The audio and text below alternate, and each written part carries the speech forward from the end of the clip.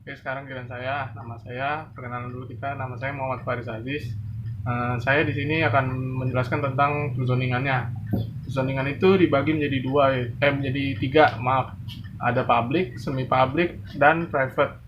Untuk public itu ada entrance, parkiran, masjid, lobby, terus bisa ke ballroom, function room, restoran, laut, resepsionis, convenience store, dan klinik. Kenapa kita bisa mengklarifikasikan zoning itu sebagai publik, ruangan-ruangan itu sebagai publik? Karena di ruangan-ruangan itu bisa diakses oleh siapa aja, dari pendidik, serta staf karyawan atau tamu. Karena publik itu merupakan akses untuk semua orang. Sekarang masuk ke semi public. Kalau semi public itu nggak semua orang bisa masuk ke akses tersebut. Misalnya seperti lapangan, kolam renang, ke gudang, atau ke satu lagi ke back office. Kenapa kayak gitu? Karena lapangan itu untuk pendidik dan peserta. Jadi yang dimaksud semi public itu yang nggak semua orang bisa masuk, cuma beberapa orang doang yang bisa masuk. Terus ada juga yang ketiga namanya private. Private itu ada kamar, kelas, terus ada lab juga, sama perpustakaan. Kenapa jadi private?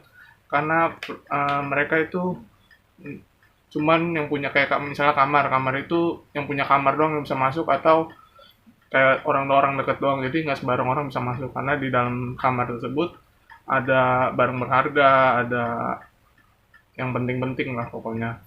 Terus saya akan menjelaskan tentang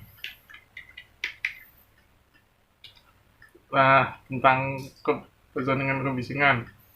Yang pertama itu ada, kita dibagi tiga. Ada bising, sedang, tenang. Bising itu kita kategorikan sebagai bising itu jadi kayak lebih ramai orang, jadi kita kategorikan sebagai bising.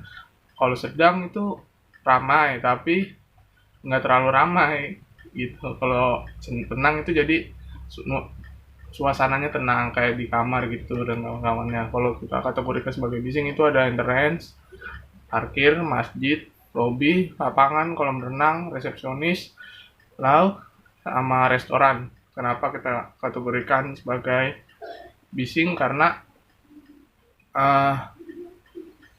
karena di situ terjadi kegiatan yang membutuhkan banyak orang sehingga kebisingannya tinggi. Tapi nggak semua tempat itu kan publik, jadi semua orang bisa masuk. Tapi nggak selalu yang publik itu bising. Misalnya kayak ini nih, ada sedang, ada kebisingan sedang. Itu ada ballroom, function room, back office, convenience store, dan gudang.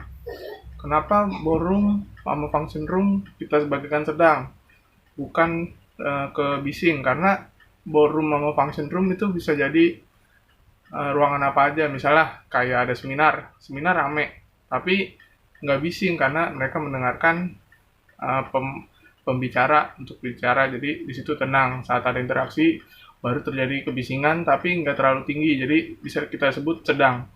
Oke, terus ada yang tenang itu kayak klinik, kelas, lab, perpustakaan. Kenapa tenang? Ya karena misalnya kelas itu butuh ketenangan buat buat belajar, jadi lebih dapat masuk ke otak, lebih fokus. Terus klinik kan orang-orang sakit gitu ya, jadi bisa dibilang orang sakit butuh ketenangan biar cepat sembuh, bisa biar nggak stres, biar nggak makin sakit. Terus ada perpustakaan itu tempat baca buku yang kita tahu.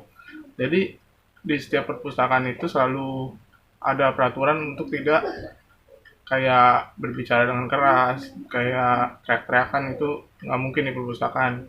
Karena biasanya saat kita membaca buku itu kita harus fokus, jadi harus tenang, dalam kondisi tenang, kondisi nggak ada suara bising-bising apapun. Oke, mungkin gitu aja dari pertandingan. Setelah itu kita dengarkan penjelasan dari teman saya. Sekian dari saya. Terima kasih.